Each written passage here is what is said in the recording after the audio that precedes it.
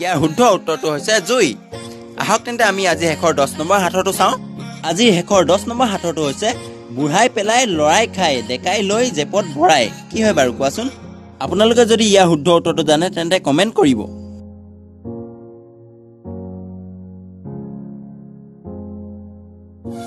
পাইছেনে আপোনালোকে